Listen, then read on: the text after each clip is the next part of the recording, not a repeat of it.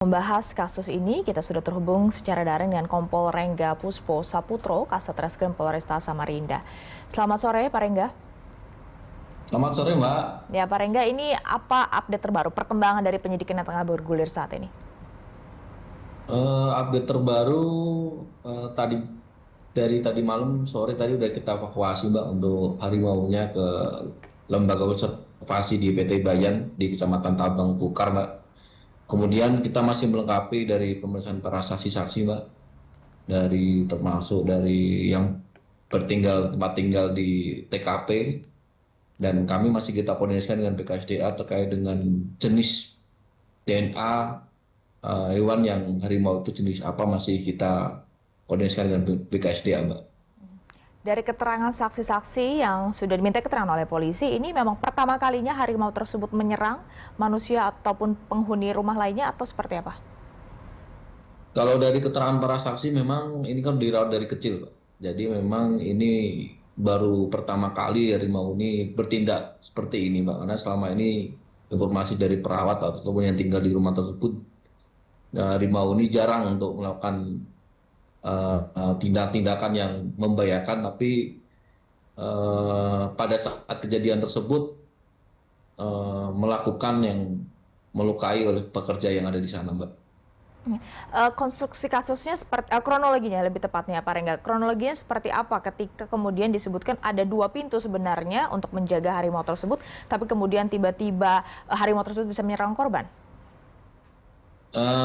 Sementara yang kami dapatkan informasi dari sana memang dari keterangan istri termasuk karyawan juga di sana memang ada 2 pintu, satu pintu yang memang terkonek dengan tempat mandi atau tempat mainnya harimau, Mbak. Jadi kalau misalnya diberi makan harimaunya tersebut, ada semacam katrol di atas pintu, di dekat pintu main kamar mandi itu ke kandang kecil yang itu untuk tempat memberi makan, Mbak.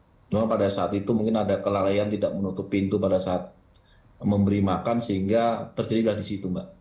Siapa sebenarnya yang bertugas untuk mengunci pintu tersebut sehingga kemudian pada saat kejadian ternyata itu tidak terkunci? Dari pemilik sendiri, Mbak, semua ini diserahkan kepada pekerja ini, Mbak, yang atas nama korban ini Supriyanda ini, dan memang tidak boleh ada seseorang memasuki kandang tersebut tanpa didampingi oleh pemilik ataupun pekerja ini, Mbak. Berarti kunci dari pintu tersebut sebenarnya dari pemiliknya Dan pemilik dan ini, Mbak, dan pemilik korban. dan korban, Mbak. Oke.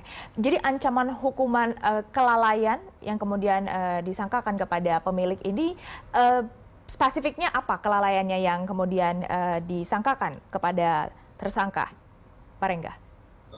Kita masih dalami, Mbak, karena memang dari fakta yang kita dapat memang 2 orang ini aja yang banyak beraktivitas di situ, Mbak, baik itu menjenguk hewan peliharaan ini termasuk memberi makan, hanya 2 orang ini aja, Mbak. Dan kita masih dalami apakah ini murni kelalaian dari korban sendiri yang tidak menutup pintu pada saat memberi makan atau mungkin ada kesengajaan ataupun kelalaian dari pemilik sendiri, Mbak. Apakah dari pemeriksaan atau saksi-saksi yang sudah diminta keterangan oleh polisi, kemudian ditemukan juga betul informasinya bahwa korban sebenarnya sempat menolak untuk kemudian memberi makan harimau tersebut? Apakah ditemukan ada ancaman atau sejenisnya kepada korban dari tersangka, Pak Rengga? Sementara masih kita dalami, Mbak, karena dari keterangan istri pun saat memberi makan istri hanya menunggu di luar kandang, Mbak, di luar gedung kandang itu sendiri, Mbak. Jadi memang dari korban sendiri atau suaminya sendiri dari ini memasuki kandang tempat peliharaan tersebut ditutup pintu dan memang sendiri keadaannya, Mbak. Dan tidak pernah dari istrinya itu menemani di dalam, nggak pernah. Jadi memang murni ini kejadian tersebut yang tahu hanya korban dengan yang harimau ini, Mbak. Oke, ini masih didalami, termasuk juga yang didalami oleh polisi, apakah juga soal bagaimana tersangka bisa mendapatkan hewan yang dilindungi ini secara ilegal, Pak Rengga? Masih kita dalami, Mbak, masih kita kembangkan, kami juga berkoordinasi dengan BKSDA, Mbak, karena ini kan kita pastikan dulu jenisnya dulu dan memang dari pelaku pun masih kita interogasi lebih mendalam, Mbak, Baik, terkait dengan asal-usul rimau ini, Mbak. terima kasih Kompol Rengga Puspo Saputro, Kasat Reskrim Polresta Sama-sama. Samarinda sudah bergabung sama Berita Satu Sore.